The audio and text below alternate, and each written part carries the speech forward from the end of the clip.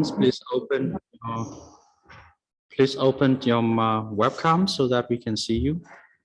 Thank you.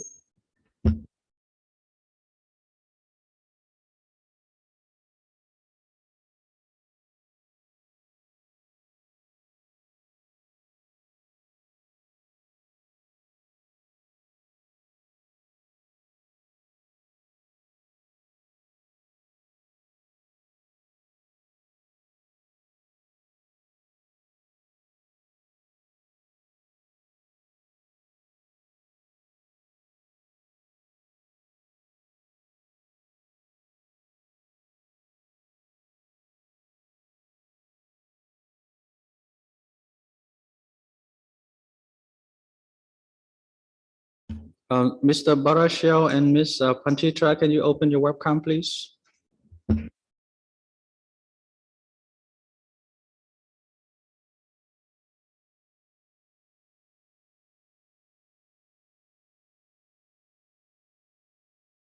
Thank you, appreciate it.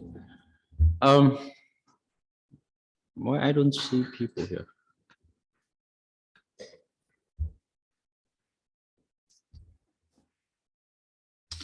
All right, let us get started. I hope that everyone had a very good day listening to all the participants today on the second South China Sea Conference. And this is also our last session for the Young Leaders Program. Yesterday we had a very fruitful discussion, and we also have products. We had one Young Leader statement from day one in the Google Doc, and we have just closed it because the time for editing is over. We will share with you that file. And also we have the list of the profiles list of the participants, which is here. I'm going to post it again on the chat page. And I think there's somebody still missing in the profile. So I hope that you can kind of include the information in the list for us. And for today, we're going to start right now. We will start with 4 presentations. Each presentation will last 10 minutes, like yesterday. And then afterwards, we will be following up with some Q&A discussion session. And I really hope to hear from people who didn't speak yesterday. And then afterwards, we will do again the 1-minute challenge, or one takeaway challenge for each panelist. Yeah, and then we will have some final wrap-up moments and what we are expecting in the future, and how to stay in touch with each other. So if everybody agrees with this agenda, we can get started.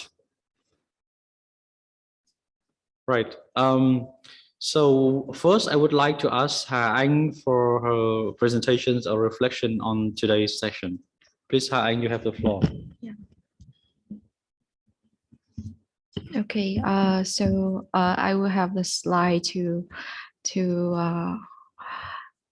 enhance my presentation. My name is Hai. I'm from the Diplomatic Academy of Vietnam, and my presentation is on the session 5, ASEAN and the Quad in regional architecture. So first, I want to clarify the topic a little bit, like what is the region here?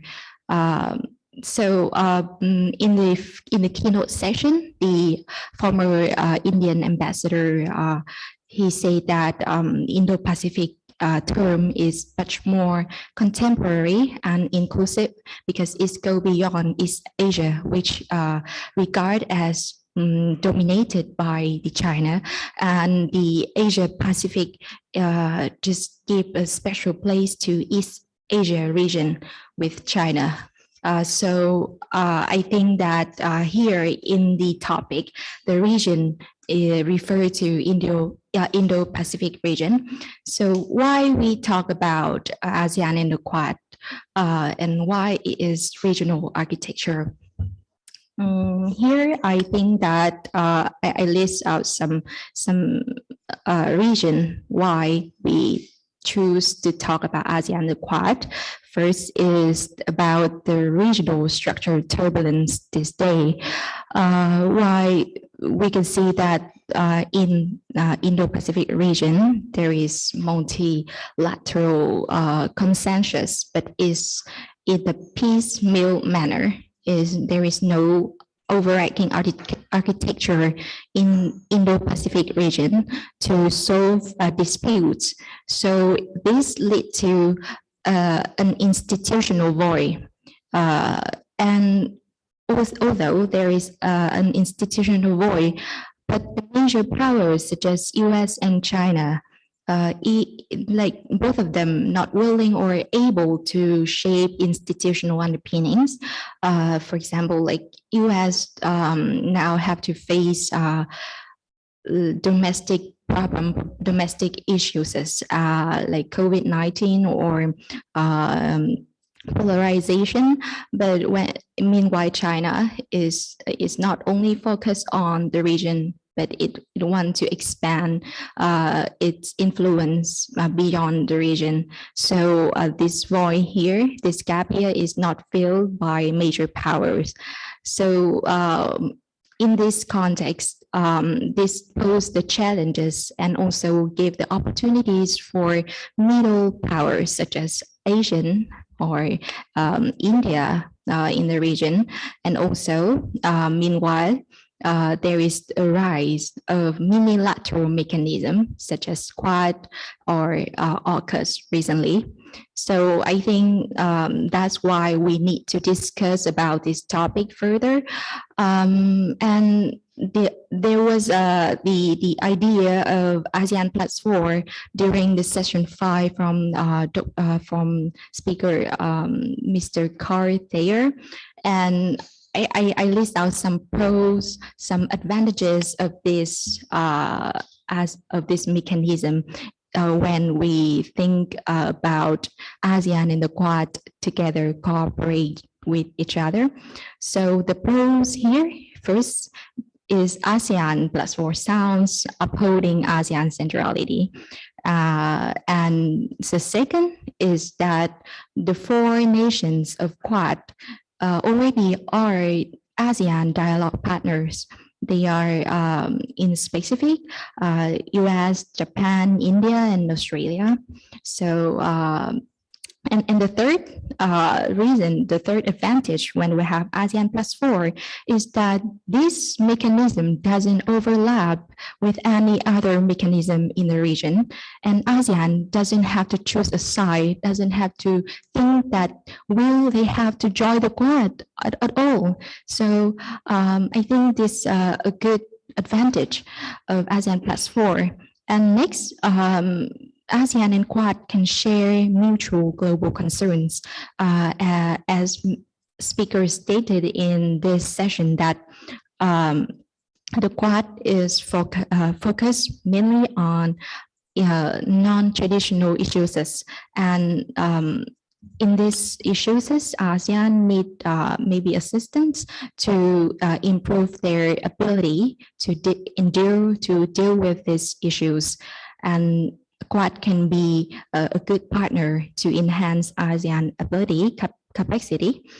And the last pros is that when can cooperate with Quad, ASEAN can enhance its status, its bloc status, and also it can help to internationalize the ASEAN hard to solve alone issues such as South China Sea, and also the Quad is having the vision of Quad Plus.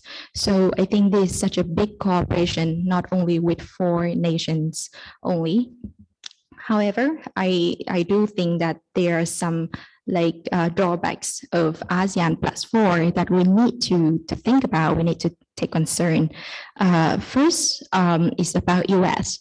When you see in ASEAN, there are US alliances, and also recently the US, when pivoting to Indo-Pacific region, the US have show like a big commitment and big concern about ASEAN nations. So now ASEAN and US has a good cooperation. Meanwhile, the Quad is regarded as US-led mechanism. So will ASEAN plus 4 can uphold the ASEAN centrality, or it will like just the outside of ASEAN plus 4, but inside is a US-led regime mechanism or something. And the second like drawbacks that I think of is that what will happen to ASEAN and China relations? And when why China now like views the Quad with deep suspicion as a potential security alliance aimed at containment of China's rise. So when ASEAN plus 4 happen, so will ASEAN can maintain relations with China, while China is the biggest trade partner of ASEAN? So, and the third one, I think this drawback has been referred to since the first session, that will when ASEAN welcome extra regional nations to solve regional issues, is it the way that amplify the complexity of regional issues? And Dr. Ding Jiu from China, he has the perspective that welcome the outside interference is not a good like solution, but the political intelligence is the key. So I think we should think about this drawback when forming ASEAN plus 4. And I put up some ideas solution and I wanted to share, and we can discuss more on this. So first one is solution for the extra regional stakeholders, such as the Quad here in this situation. So the first one, I think the Quad should maintain non-military presence in ASEAN and in Indo-Pacific region rather than military presence. And the second thing that the Quad should clarify the purpose of cooperation and specific plan activities when cooperating with ASEAN, so that don't give ASEAN a hard situation among major powers. And also, I think ASEAN need to have a clear perspective about this as well. And the last one, like extra regional stakeholders also need to maintain upholding ASEAN centrality. But unilateral action is not enough, and ASEAN side need to have their own perspective and their own status when cooperating with the Quad. And I list out some 3 ideal solutions for the ASEAN that I like absorbed from our conference. So the first is that we should be selective and tactful when cooperating with the Quad and the China, because now there is the trend of democratize in international relations, so that we should choose the good fields to cooperate with each partners. For example, we can cooperate with the Quad in non-traditional issues. But with China, we can try to maintain trade benefits of both nations, both stakeholders. And the second thing that we should reconstruct the intra-block unity. I think to reconstruct intra-block equity, the ASEAN member nations should be like straightforward with each other in national perspectives towards partners cooperation. For example, we should have the same vision when cooperate with extra-regional stakeholders. And the last one, I think that we should institutionalize ASEAN centrality. Like we can issue an ASEAN Indo-Pacific charter. And I think this is a good point of Dr. Sukma. Yeah. Okay, so that's the end of my presentation, and hope that we can have ideas from all young leaders. Thank you. Thank you, Hang. I think that's very, brief and very concise and to the point presentation.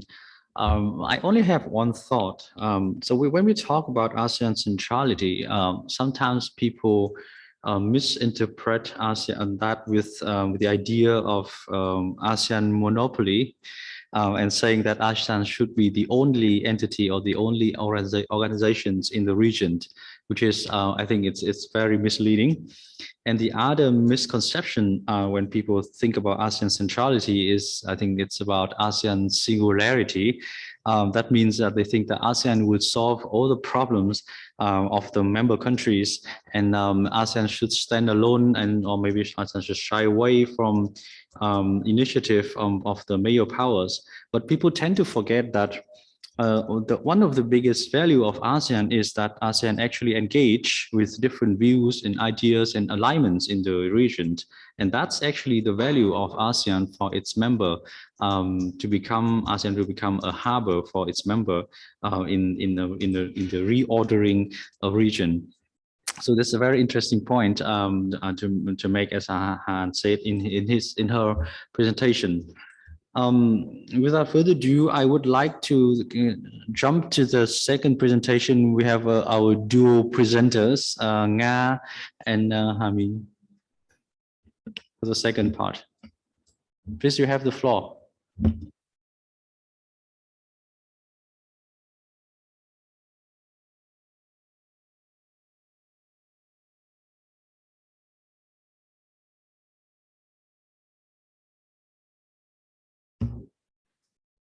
Good morning, ladies and gentlemen. First, I would like to thank Ha Anh for your very comprehensive presentation.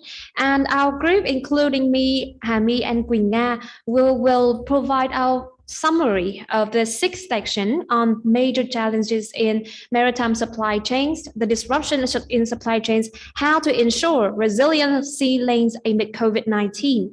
And our presentation would include two major parts. First, we would like to explain the situations, and then we will recommend some solutions as to how to deal with such situation.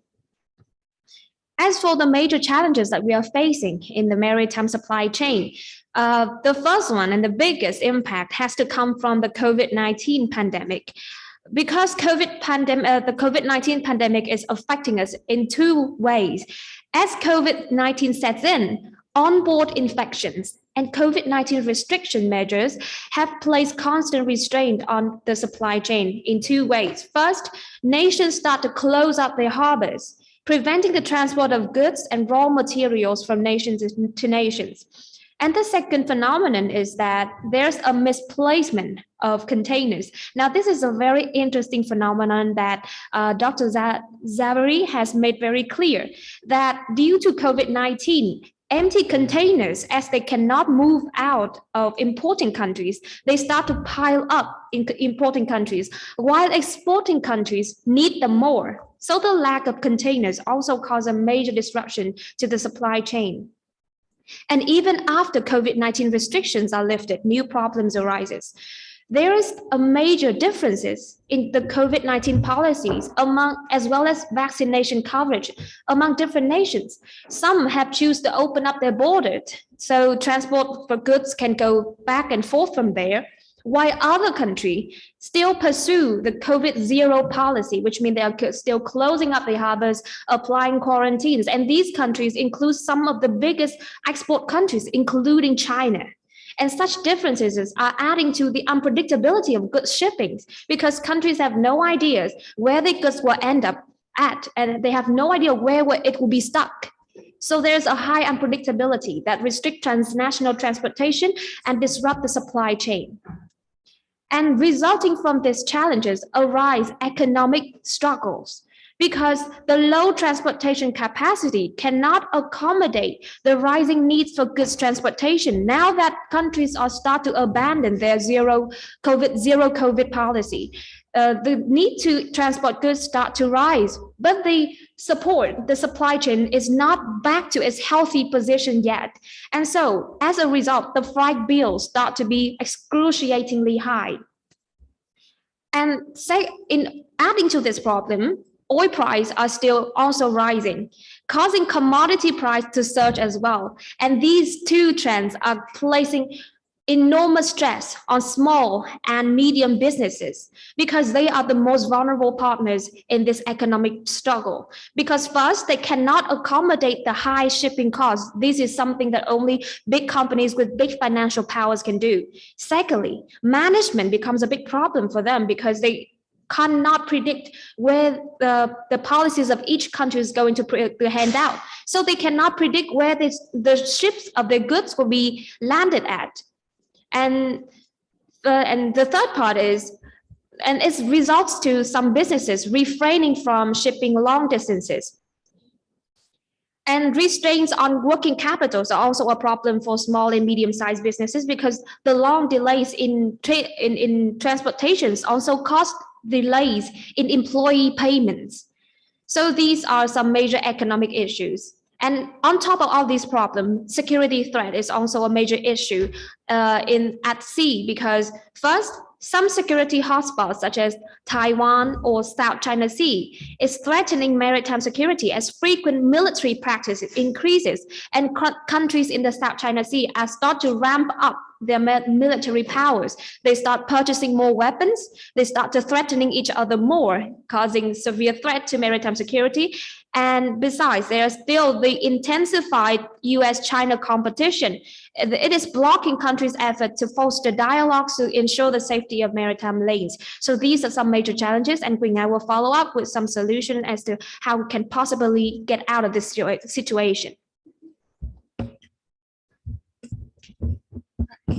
So in accordance with three groups of causes, the panelists also proposed three groups of solutions.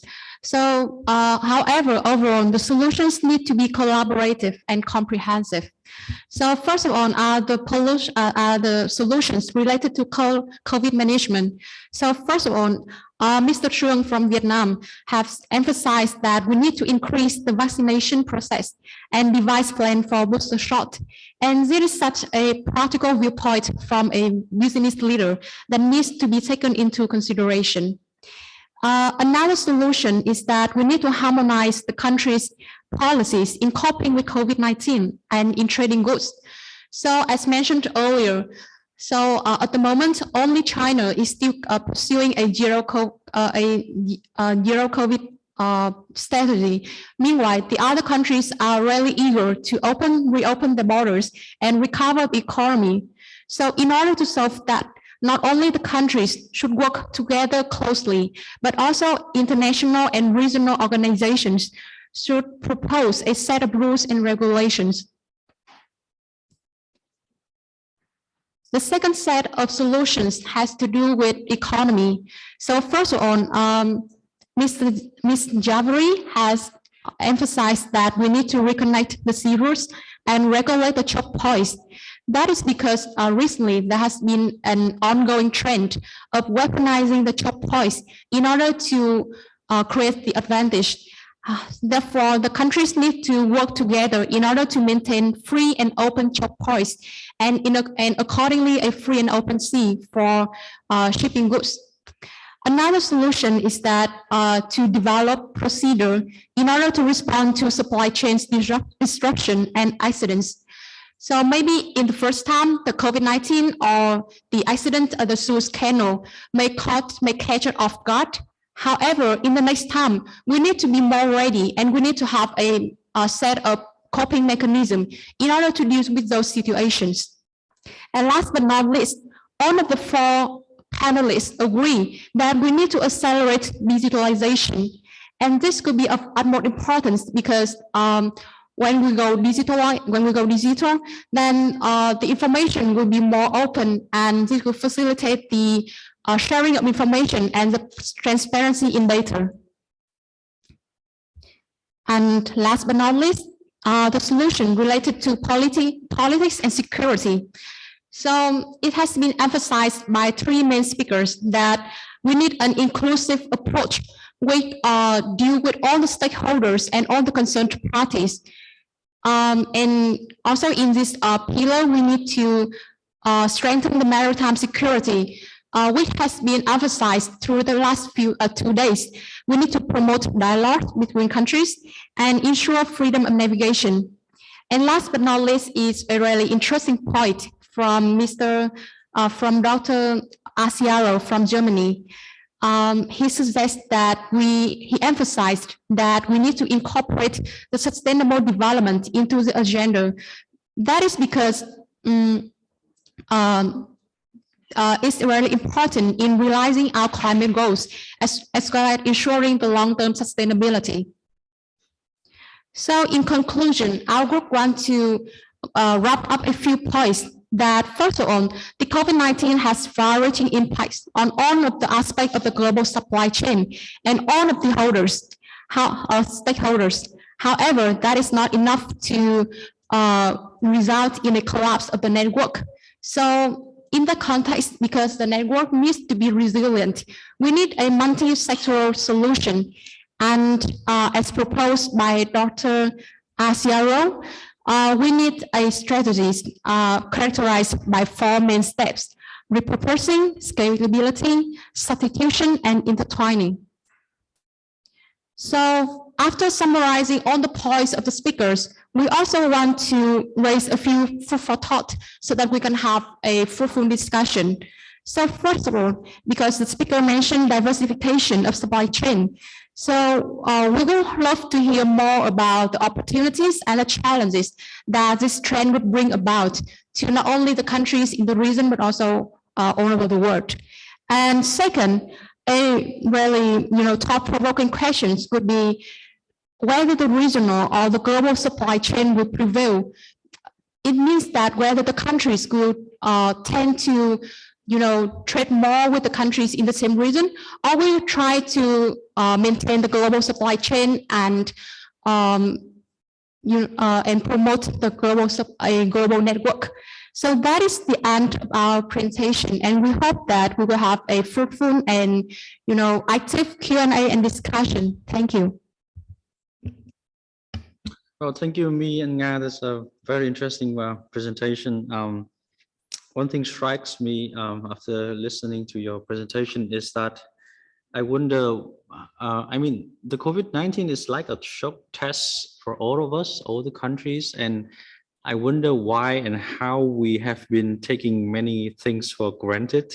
We have taken for granted the freedom of navigation in the sea lanes. We took for granted the smoothness of the regional supply chain. And most importantly, we took for granted the undisrupted, peaceful, and favorable, political, economical, and security environment that we have many years in this region. And then we ask ourselves, like, what we can do from today in the future to preserve or to build on, to support those things that we have already taken for granted. And I think the COVID-19 is just really a wake-up call for all of us on why they are very important to us. And then now we jump to the next presentation. Noah Mudok, you have the floor. Thank you very much. So my session that I'll be discussing was session 7, which was promoting science diplomacy for the common oceanic benefit. So I'm going to do a quick summary of what all the speakers had to say on the matter before some sort of personal thoughts of mine on the topic. So Sorry if it's a bit laggy, the Wi-Fi is dodgy. The first speaker, Dr. Hoi, specifically highlighted the need for marine scientific cooperation as an activity of scientific diplomacy in the region for the purposes of creating confidence between claimants through a contribution to reducing tensions and maintaining peace. So he was particularly discussing how any sort of cooperation between the claimants in the area can basically increase the confidence between each other when it comes to maybe negotiating strategies outside of just maritime security.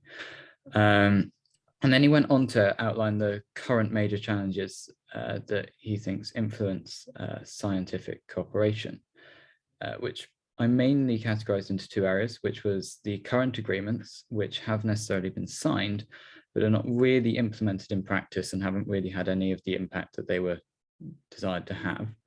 And the second part was that there are differences of common awareness between the states involved, and the fact that, so the fact that they have different priorities currently, which is, of course, completely understandable. And he also proposed multiple solutions, actually. I think he proposed 6.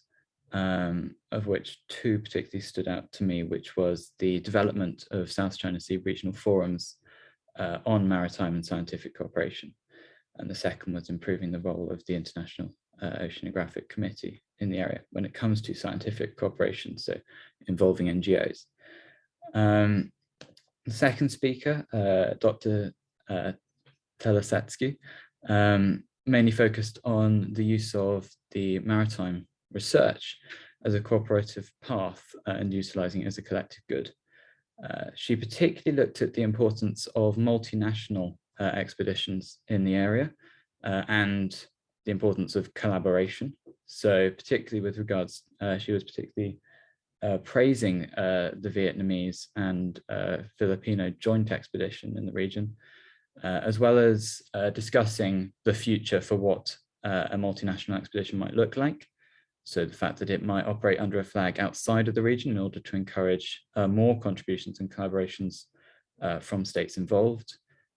She mentioned the analogy of the International Space Station, which I felt was quite illuminating, and having it administered by a third party. She recommended the Cousteau Society at that point.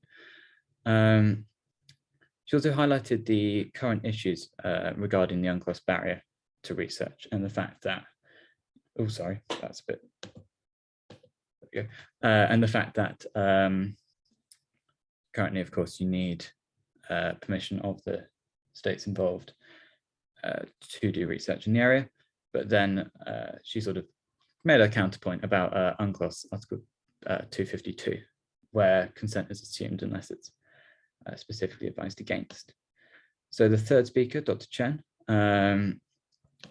particular of interest to me as a geographer, he discussed the severe threats to coral reefs and the other marine ecosystems based off the current activity in the South China Sea.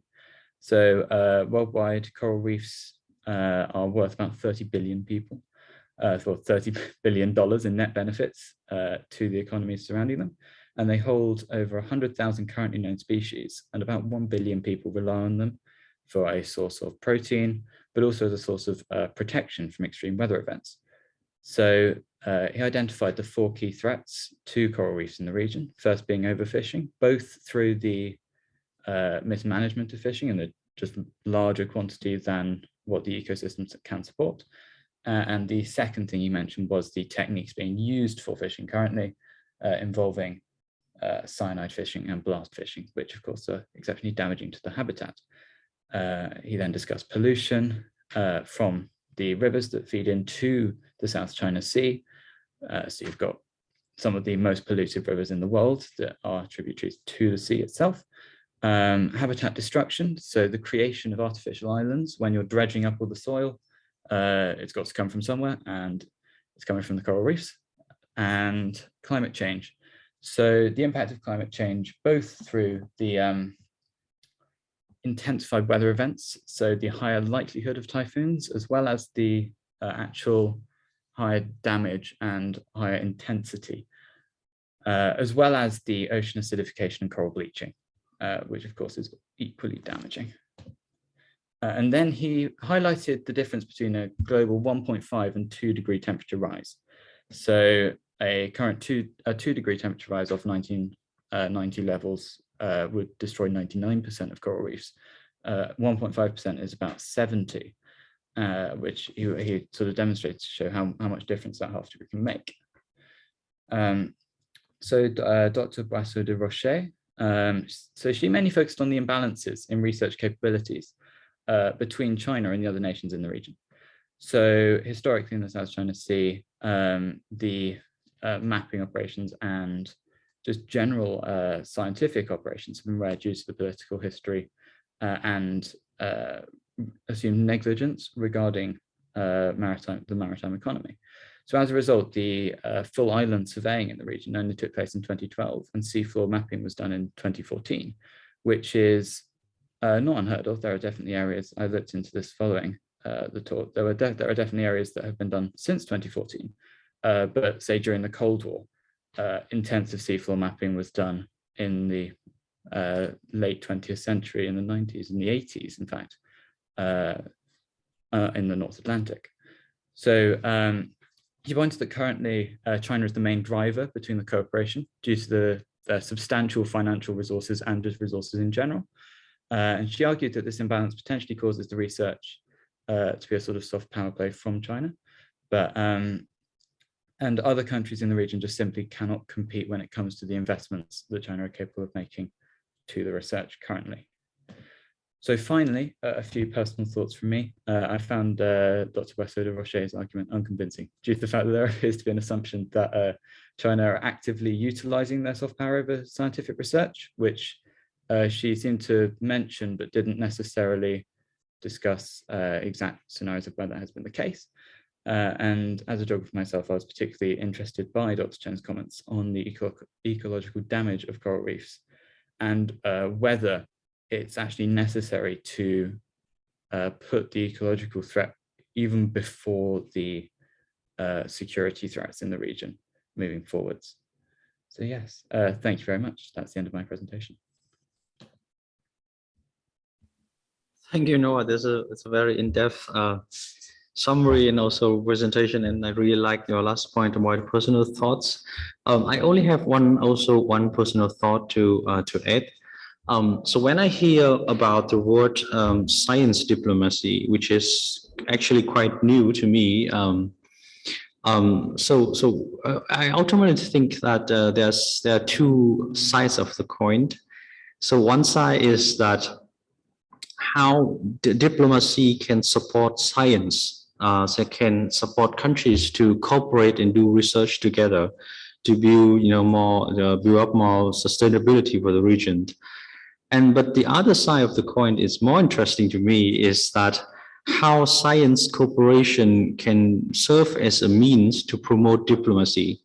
We are quite familiar with the term conference building measurements, CBMs, and then preventive diplomacy.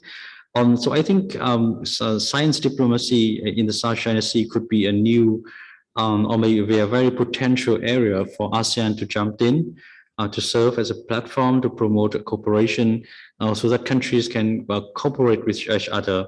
So it will lessen the tension among the countries, especially the claimants in the region.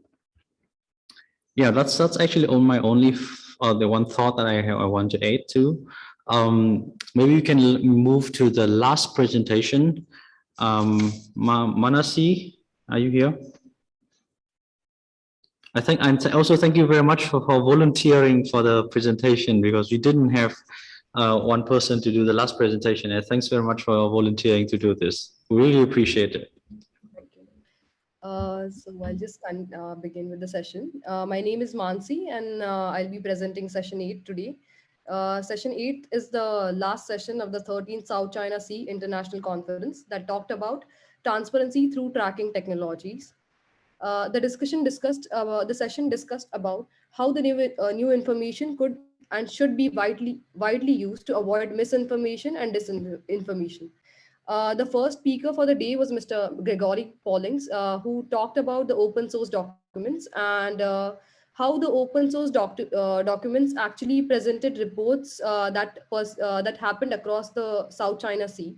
He gave a few examples about militia vessels, wherein the strong militia vessels and the militia vessels were confirmed. And then later on, he talked about the large umbrella corporations that were running in the name of the disguise of the fishing fleets, which were later found out that these fishing fleets were incentivized, and which was possibly thought about a good way of making money. And then he talked about militia vessels, which could actually be built by government, which was actually funded by the government. And later on, special subsidies were provided for these militia vessels, as well as fuel subsidies were provided to these militia vessels, and which turns out was a good way to really make money out of it. And later on, he talked about the Philippine Coast Guard, wherein the Philippine Coast Guard actually took a picture of Chinese vessels, which actually helped to identify the vessels and details about their behavior. And he concluded the session and recommended that although there are open source documents out there, in some way it actually deters the nations and desensitize the activities that happens across the South China Sea. And moving on to the next panelist was Mr. Fuong. I don't know if I'm pronouncing it correctly. Mr. Fuong actually asserted the importance to understand the maritime domain awareness in order to understand better the role of AIS, which is automatic identification system. He explained what exactly was maritime domain awareness, and if one actually understands what maritime domain awareness is, then only one can use the system of AIS. He talked about how AI system actually helped to compile the data of the multiple vessels operating around the South China Sea, and as well as he discussed about the potential problems that arise because of using the AI system, which was actually AI system actually deceived the system, and there was a manipulation of the data, which actually changed the data, and which actually could change the data, and later that the same data could be used in a different purpose.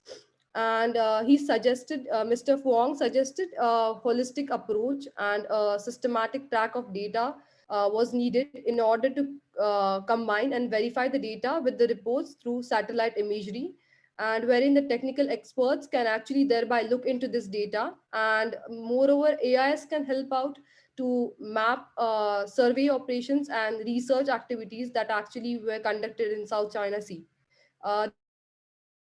This could actually help to detect submarine warfare by underwater cables. And he concluded by saying that AIS is, although less dependable, is less dependable if it is not used in the rightful manner. The third speaker, Mr. Captain Tian, uh, gave an example of Mushet and how actually one could use it with respect to the remote sensing technology.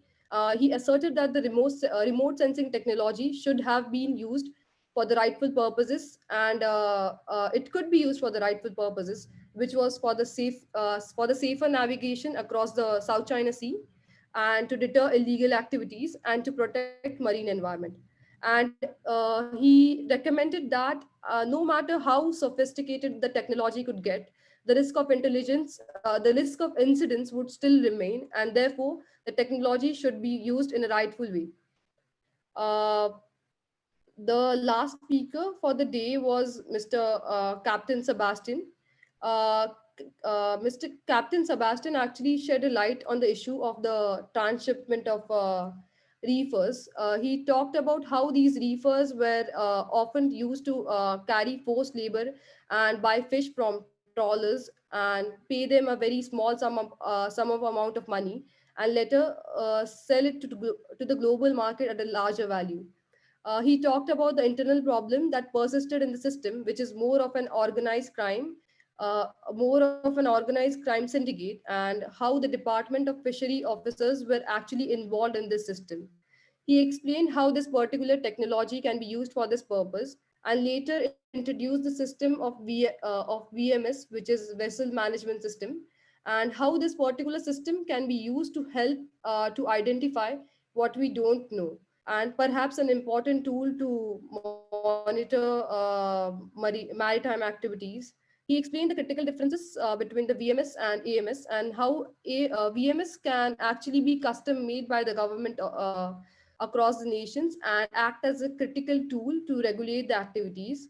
And he explained a very interesting point in this conference, wherein this particular system of the VMS could actually track down the behavior of the vessels in respect of whether a particular vessel is behaving like a commercial vessel, or is it behaving in a strange way.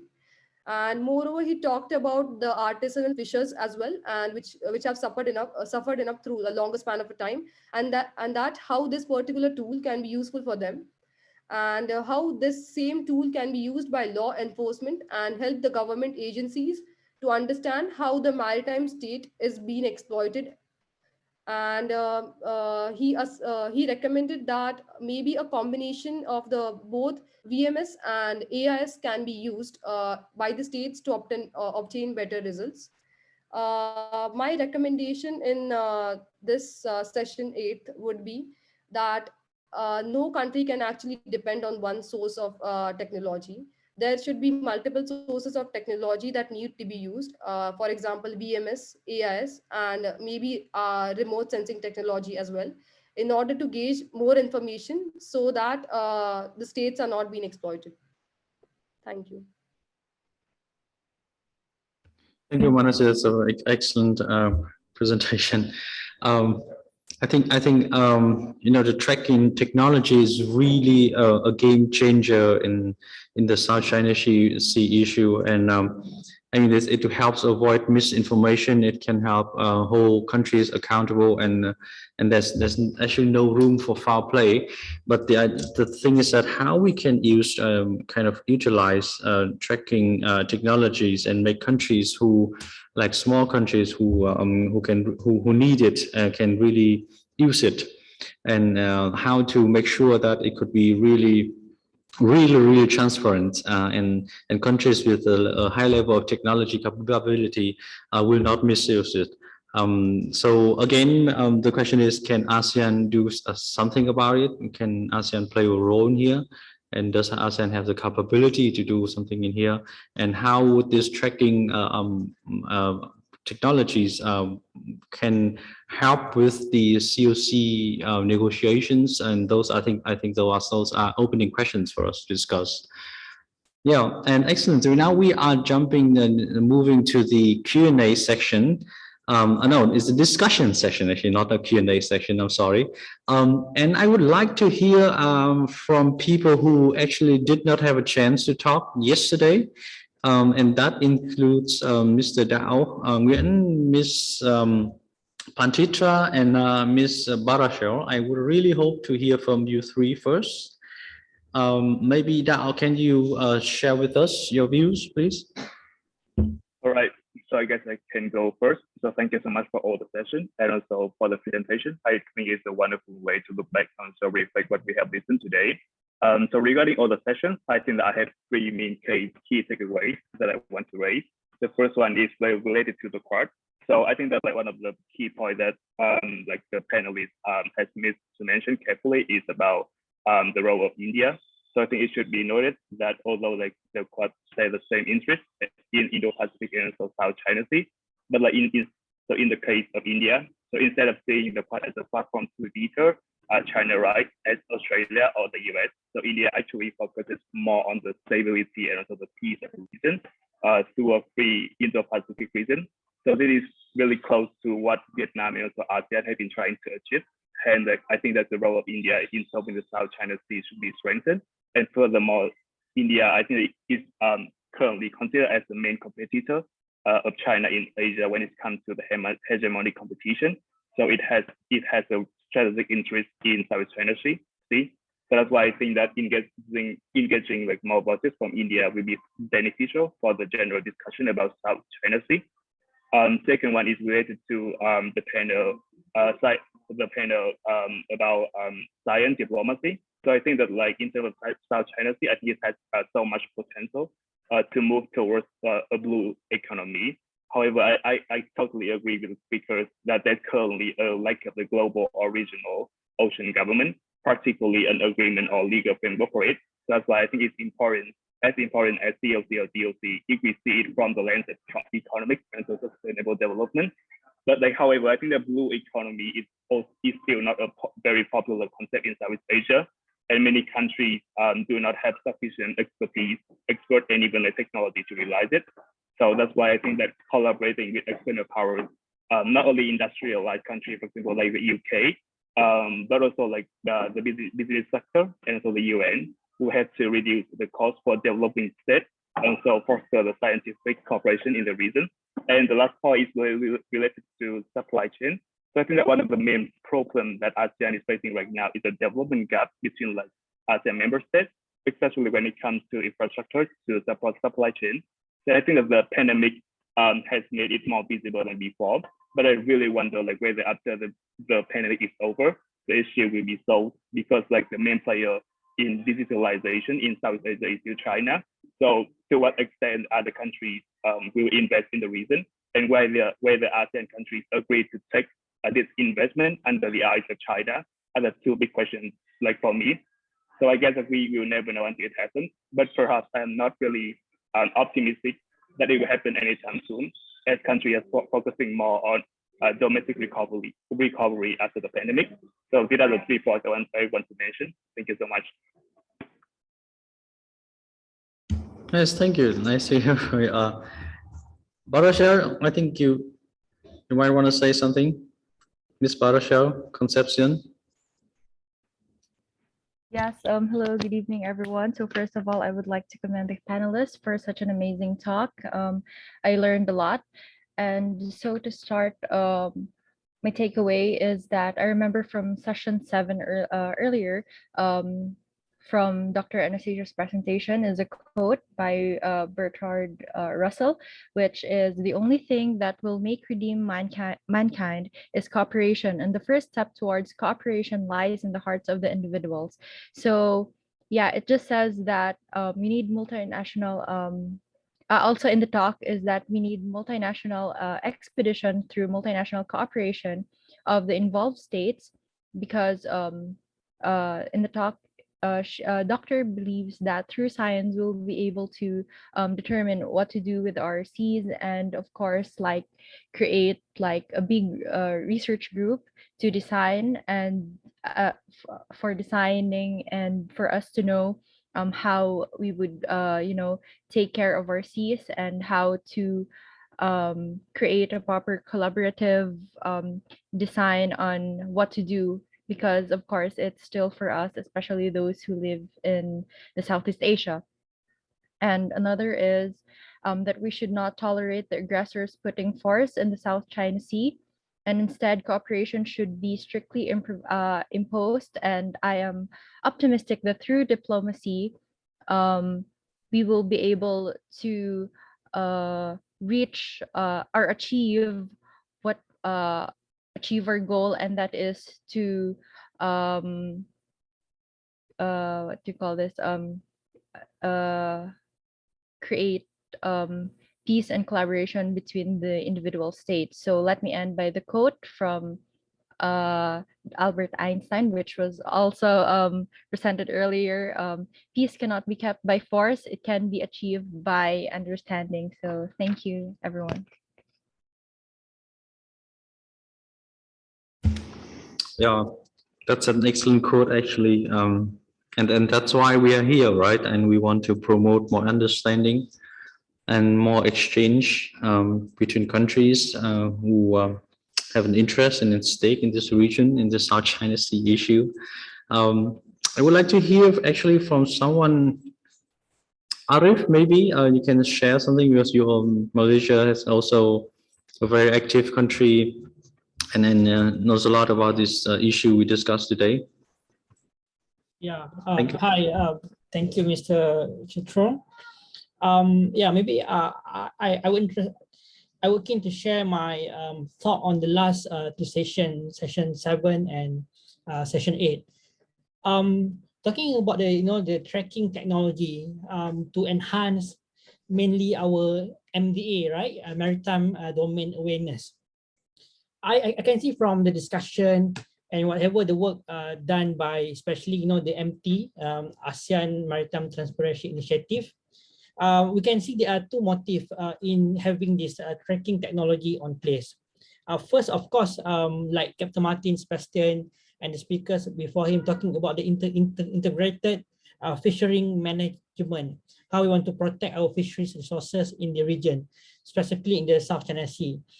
Second motive would be on how we want to monitor the South China Sea claimant unusual activities, such as the maritime militia, or even the land reclamation activities done by Chinese in the Spratly or Paracel Island. So we must understand that to a certain extent, the encroachment of fishermen by the foreign country, for instance, by China, in the case study of Malaysia, although the encroachment conducted by the fishermen, but it was protected by the mother ship, which is the Chinese Coast Guard. So this is quite ambiguous, where we are facing with the encroachment of fishermen, but it's not solely done by non-state actors, but instead it is a state-sponsored encroachment into others' EEZ. So I think the speaker mentioned about the use of satellite imagery, AIS, VMS. So the only open-ended question is, of course, the transparency and integrity of data. So the only option that leaves to us, since this is open data, so how ASEAN want to find the solution to have the framework for the monitoring management of this tracking data. So it is something that reliable and recognizable by the members of ASEAN, or at least by ASEAN and China in managing the conflict in the South China Sea.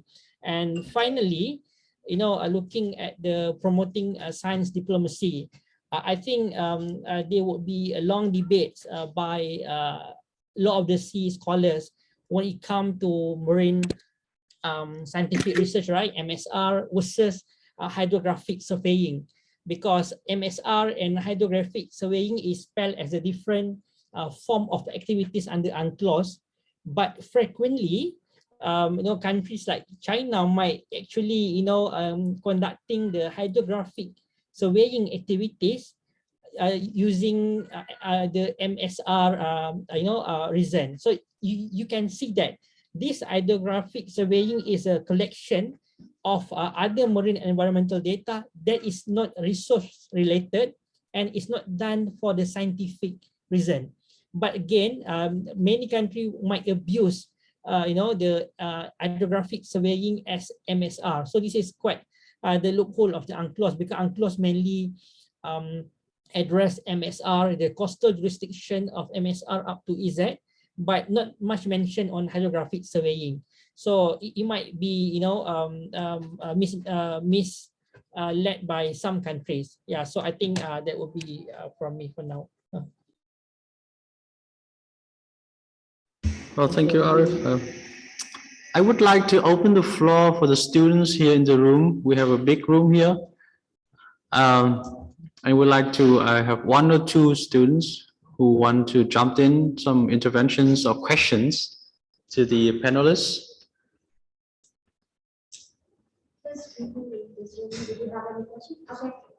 Please, can we have the mic, please?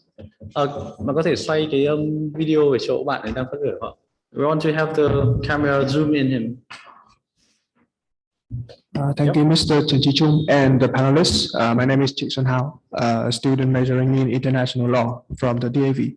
I have a question, a question about a pretty new topic that has just emerged recently. So the United Nations is conducting meetings, negotiations about an international agreement under the UNCLOS 1982. about the sustainable use and preservation of maritime biodiversity in areas beyond national jurisdiction. In short, the BBNJ.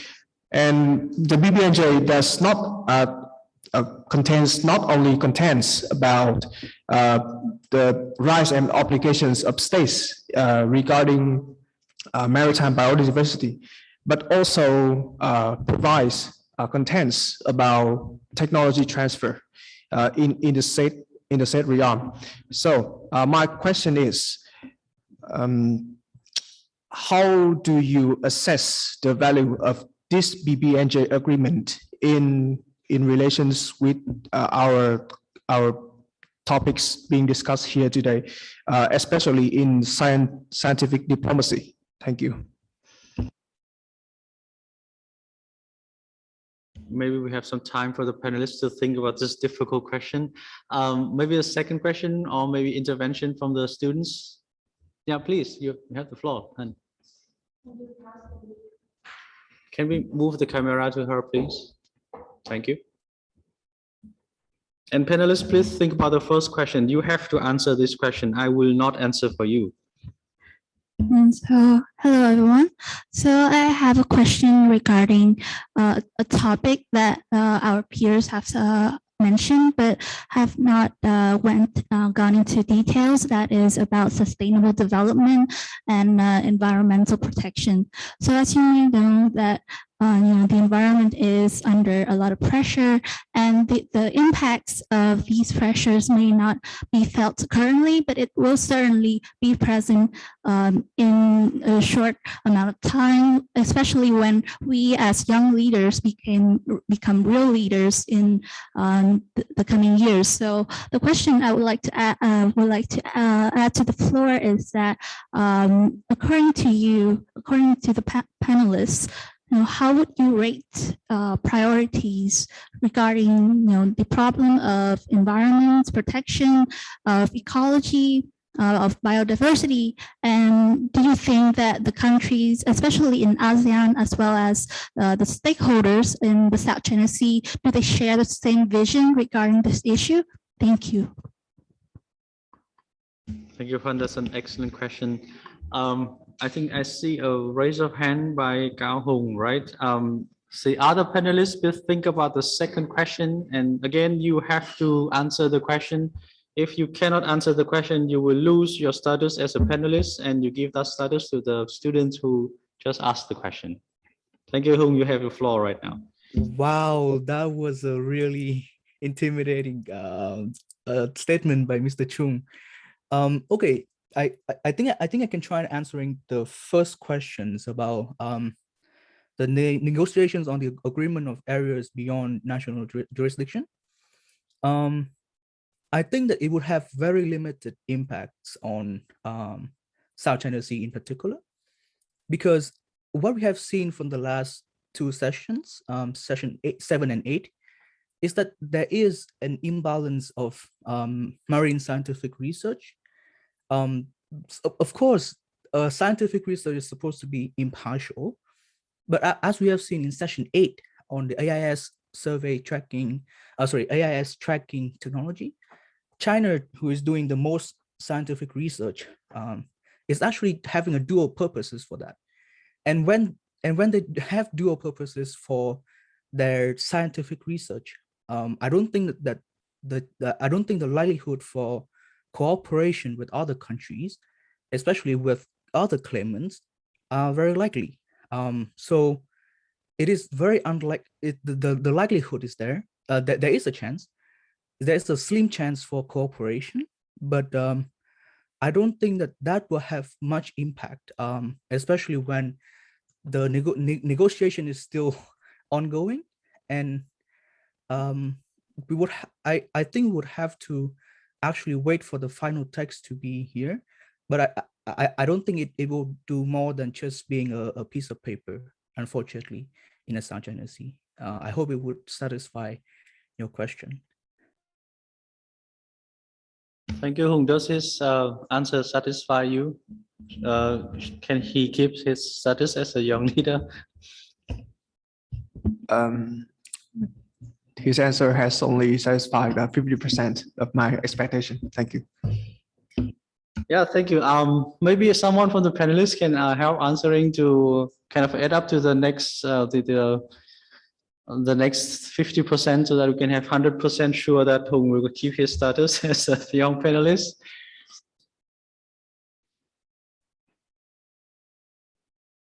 Or maybe we can jump to the second question because you already, so that you can have time to Google for the answers. Yeah.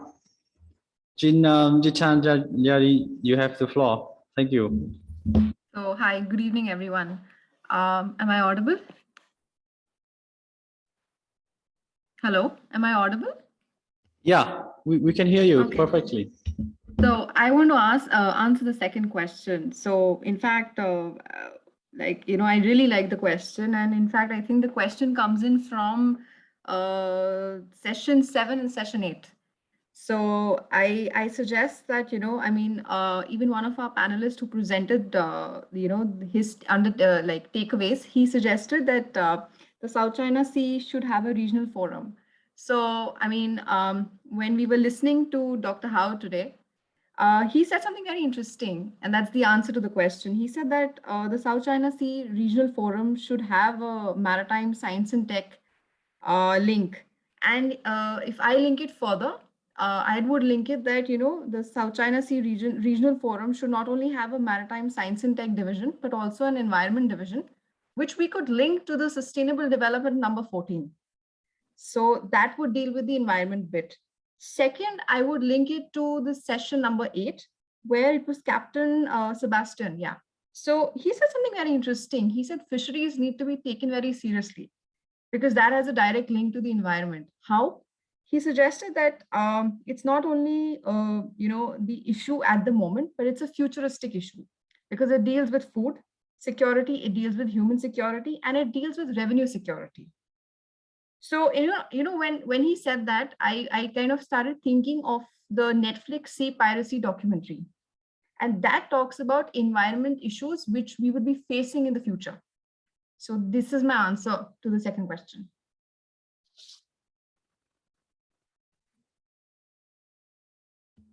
Thank you. Oh, I see another hand. Arif, can you help?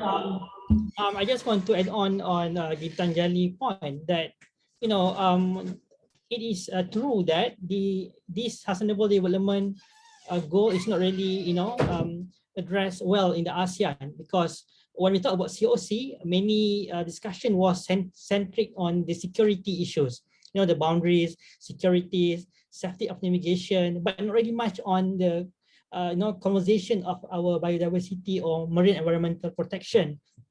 So I think if we listen well to the final presenter at session 8, Captain Martin, he mentioned the very important two guiding documents, that reflects on this. First is the FAO Code of Conduct, COC, for responsible fisheries. This is under FAO. And second, they have this own document of COC for Regional Fisheries Management Organization, RFMO.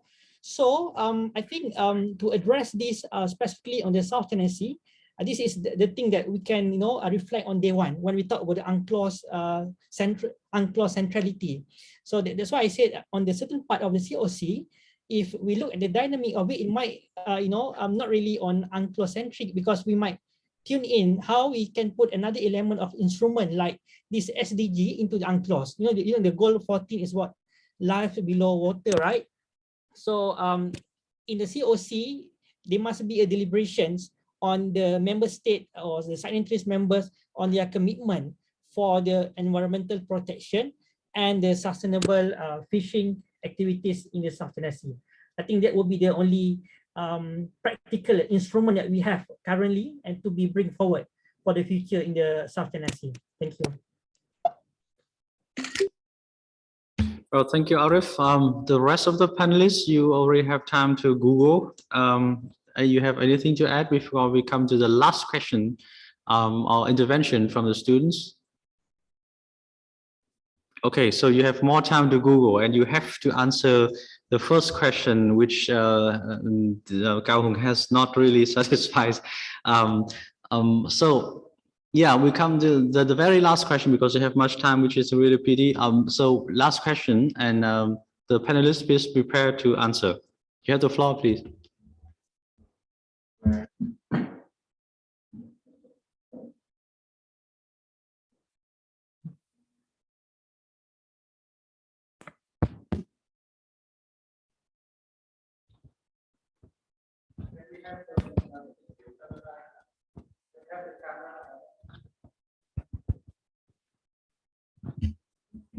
Yeah, the camera is slowly moving towards him. All right. Hi, am I visible and audible? Excellent. Yeah. All right. I want to ask on what the panelists just now mentioned with the code of conduct. So it's a given fact that countries like Vietnam, Indonesia, and Malaysia have different fishing legislations, and many times these overlap, leading to a lot of conflict in the South China Sea. And the fact that these countries have vastly different populations, leading to more resource requirements. It's going to lead to things like more poaching, and it's going to disrupt the process of negotiation and deliberation, like you said, for the COC. And my question to the panelists what confidence building mechanisms do you suggest countries should do to make sure that these poaching issues and different resource requirements are sufficiently addressed in the code of conduct? Thank you.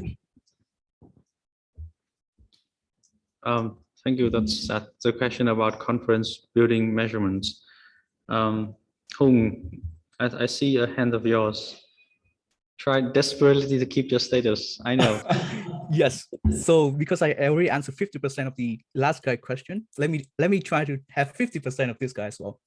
So one of the confidence building measure that actually has already been done is trying to actually finish the maritime demarcation process. Vietnam and Malaysia has already been doing that. We have the memorandum of understanding signed actually right after the incident last year. And Vietnam and Indonesia are actively negotiating to demarcate the maritime boundaries. So once the boundaries are set, then it is easier for countries to find out a way to resolve the poaching issues.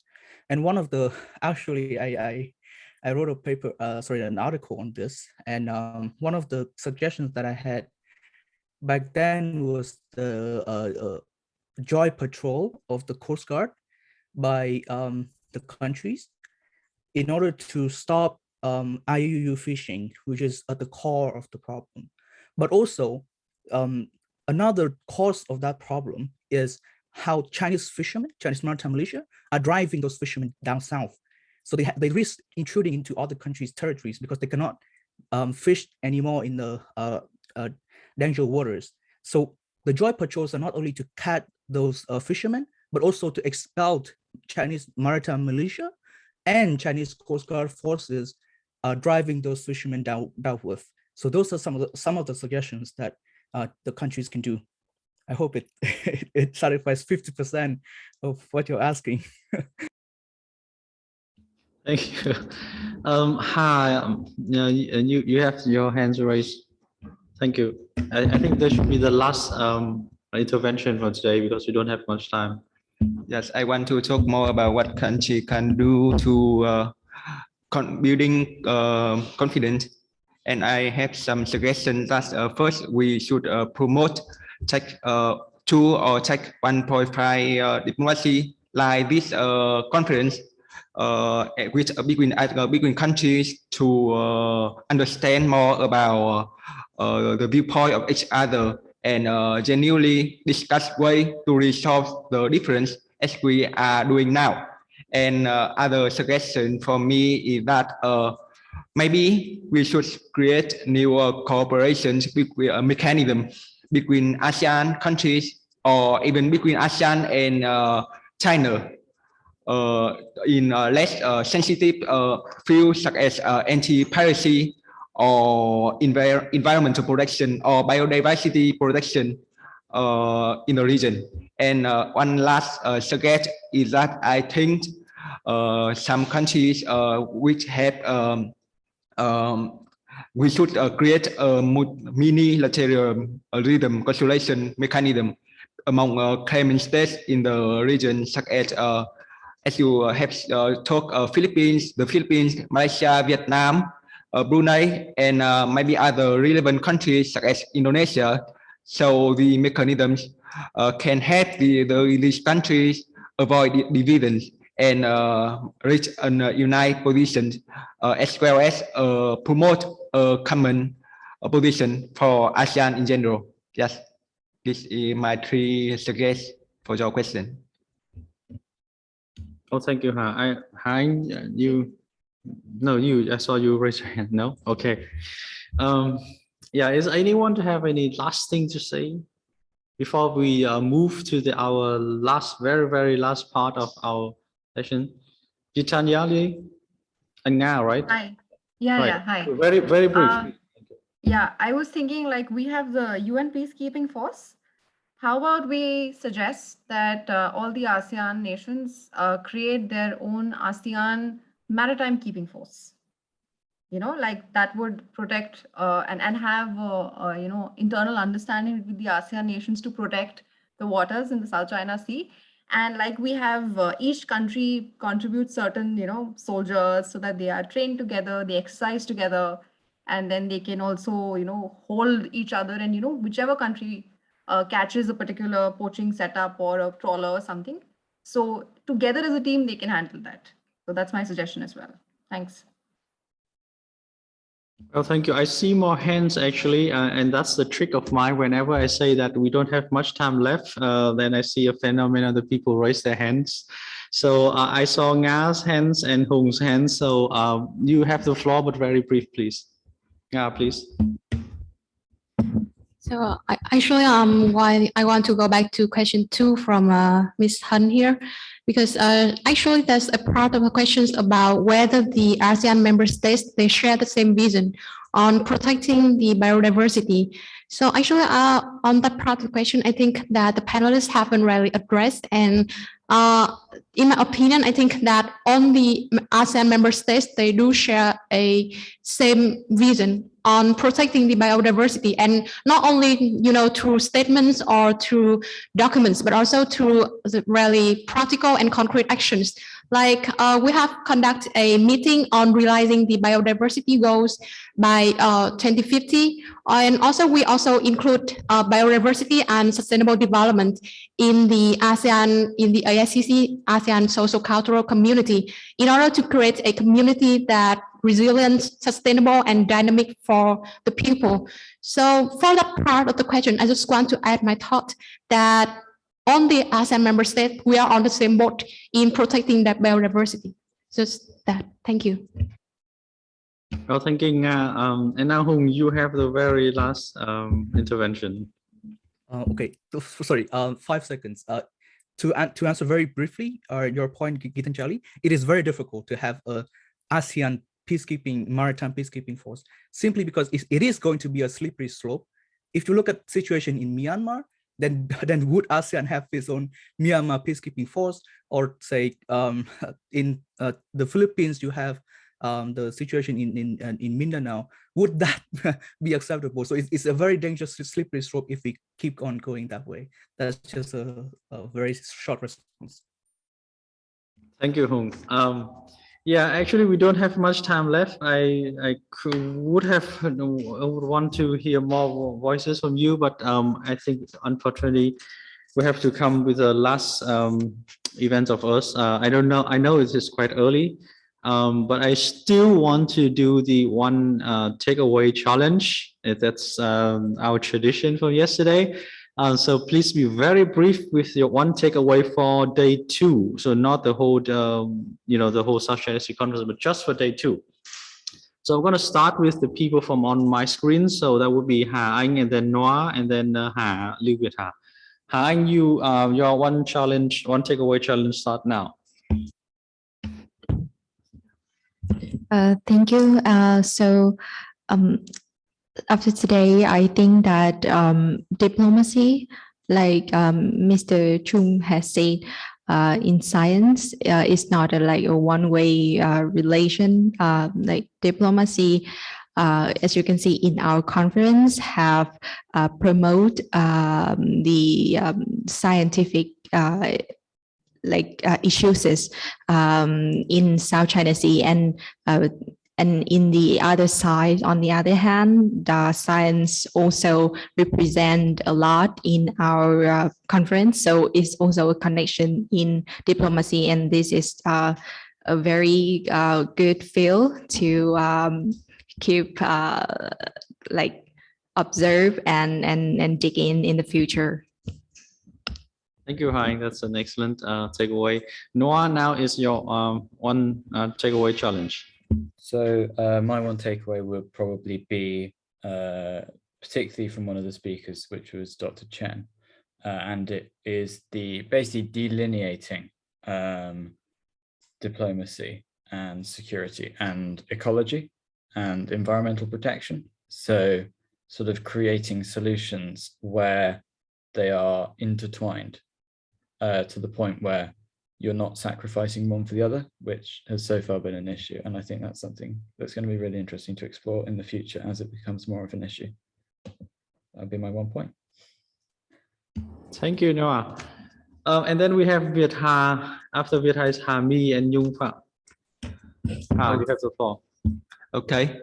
I feel that when thinking about the South China Sea, many researchers and maybe including me tend to focus more on political or security aspect, legal or historical aspect, and sometimes accidentally we underestimate the importance of other aspects such as economic, science or technology. So the aspect I think will still have a great impact. So in my opinion, we should pay enough attention to them. And I am very happy that our discussion today focused quite much about them. Yes. Thank you, Ha Mi. You have the floor. Yes, thank you, Mr. Chung, and thank you, everyone. I just want to share one of my key points that I took away from this conference is that, I regret that we did not touch much on our youth leader panel discussion, is the economic size of the South China Sea, because COVID obviously posed a challenge for the supply chain disruption. And people talk a lot about the challenges, but there is also, alongside with challenges comes opportunities, because the disruption in supply chain is causing diversification, which is in particular the China Plus One policy. This is a huge opportunity for ASEAN countries, because although it's very difficult to compete with the China's market, it is still possible because we have cheaper labor, we have lower cost of environmental effect. Although it comes with a lot of challenges, I think it is worth considering, worth discussing on how this trend will have an impact on ASEAN countries. Thank you. Thank you, Mi. Nhung, you'll be next, and then Cao Hùng and Manasi. Thank you, Mr. Chung, and thanks, everyone. My takeaway today might be the unrelated knowledge that is supply chain and logistics. Yeah, I think. And another takeaway is the statement of Professor Nguyễn Chu Hoài. I agree with him that every Asian country has a very different priority of doing scientific research, and the regions doesn't have any common regulation in the marine scientific research. And in my opinion, Asian countries, especially coastal state in Asia, must have more compulsory and binding regulation or commitment. And come back to the question of someone from and the answer of Roy, I think the problem related to the sovereignty, so it's hard to address. So I think the communication and the negotiation is that in this time is very important. And what we have to do is how to address and clarify the national interest in this case.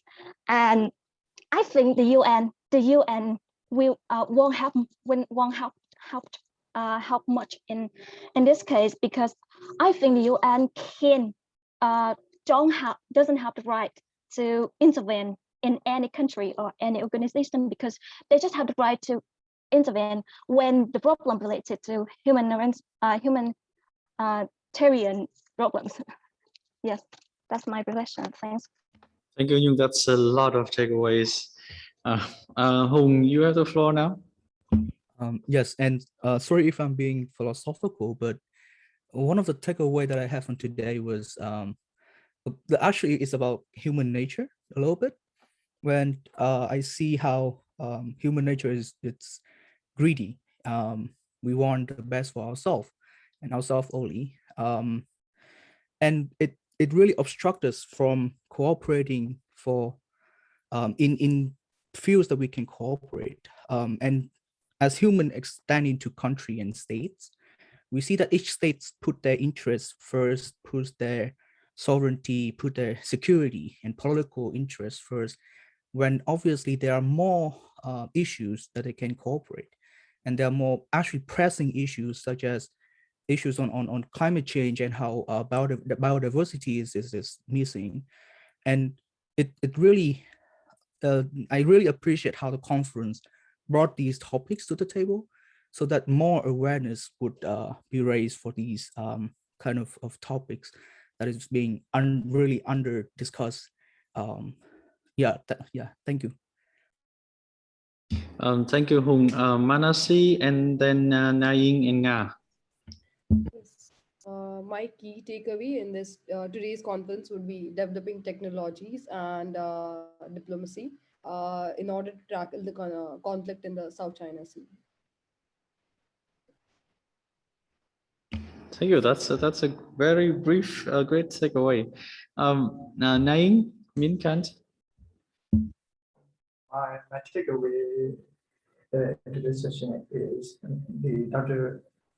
Rizzo claims that ASEAN should revise its charter and its principles to promote its centrality.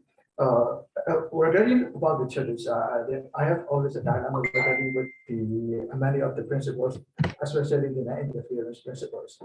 In my opinion, if there is no interference principle or one member state interferes, other state affairs, it might lead to the disintegration of the ASEAN. As we all know that there are authoritarian regimes, especially in my country itself, those countries might not like the interference of the other state in the affairs of the countries. Moreover, most ASEAN states face the impact of the colonialism. Many states were colonized by the different colonizers. Therefore, they have a strong sense of the nationalism and heavy concern of the sovereignty. That is why the principles and the charter may lead to the disintegration of the ASEAN. But one of our young leaders is getting the check box yesterday. The ASEAN is especially bound with strict and economic ties. So I hope that economic and strict binding can prevent this integration of the ASEAN, even if there will be amendment of the ASEAN charter and principle. That will be my further results. That's my takeaway. Thank you. Thank you, Naing. Nga, you will next, and then Arif and Gitanjali. So I think that my takeaway also has to do with the economic security and the human security. So the South China Sea has always played an important role in the global supply chain. And with the context, we need to cooperate and maintain a rule-based and free and open sea. And as such, also we can promote the post-pandemic recovery and an environment that is peaceful and conducive for development. Thank you. Thank you, Nga. Arif, please. For me, I found this, we have 2 days a very refreshing discussion on the past, contemporary, and also the future of the South China Sea. And we can see these days the discussion on the South China Sea decentralized from the boundary and legal issues only, but also on other aspect and form of cooperation that we could and we must explore more, such as the marine scientific research, economics, and of course the most important part is how we want going to apply the principle of SDG 14, the life below water. For instance, the sustainable fisheries, the impact of coral reef due to reclamation activities, the climate change impact, for instance, the impact of the sea level, the rise of sea level to the baseline, and of course to the statehood and livelihood of the coastal community. So for me, it will be the future subject, and something that the climate change will be the center of discussion in the future, because it will affect not just economically, but also the another disputes. Because if we look at the international law development in some island in Pacific, they have signed the signatory that regardless of the change of baseline, the boundary stays, but not for us. So climate change will be something that interesting to see in future. Thank you. Thank you, Arif. Jitanjali, you have the floor. Yeah, I think my final takeaway would be from the last panelist, Captain Sebastian. He said that the future of South China Sea is based on food security, human security, and revenue security. And, this is what we have to think forward as young leaders. So that was my undertaking today. Thanks. Thank you. And then we have Khánh An, Barashel, and Alisa, you'll be the last one. On the session today reminds me of my professor's lesson about ASEAN. Whenever people talk about ASEAN and suggest this association what they should do, but they rarely take into account the history of this association is really different from other regional architecture such as EU. So I just want to cite a proverb here that willows are weak, yet by other woods, and that's how ASEAN has choose its way to develop, and it still survive until today. Thank you. Thank you, Khánh An. Barashel. Okay, so what we are doing now is a step forward to having a more peaceful and progressive future. So as the youth of today, we are pressured to learn more about the recent issues and motivated to make the change for our future, like in the talk in investing more in marine security. So yeah, thank you for such an amazing platform wherein the youth can practice diplomacy. Thank you. And Alisa, you have the honor to be the last one. Hi, everyone. So my key takeaway for day 2 session is that how important cooperation with all of the nation at this moment, but not just cooperation, but harmonious cooperation, right? Because with all the imbalance caused by the maritime issues and the COVID-19, it's really important that we cooperate with other states and also listen to the voices of the stakeholders of these issues, because it is through the voice of these stakeholders that we really understand the intensity of our problems, and that we could tailor not perfect, but fit solutions for this problem. So that's all. Thank you everyone for the experience. Well, thank you. I will have one takeaway. I think my takeaway would be we need more diversity in the voices in this Young Leaders Program and also in South China Sea conference.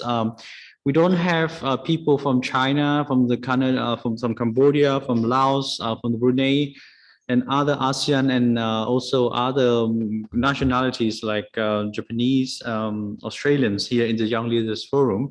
So I really hope that in next year, you guys can come back again, apply again, of course you have to. And we have other participants from other countries. So we have a more diverse discussion, which is will bring more value to this the forum.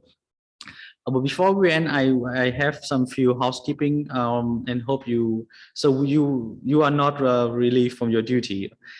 So first, we will send out the draft of our statement of the young leaders for the second day, like again in the Google Doc.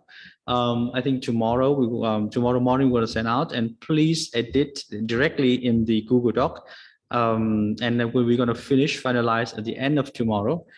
And the second responsibility of yours is to complete the profiles also in a Google Doc. And some people haven't done that.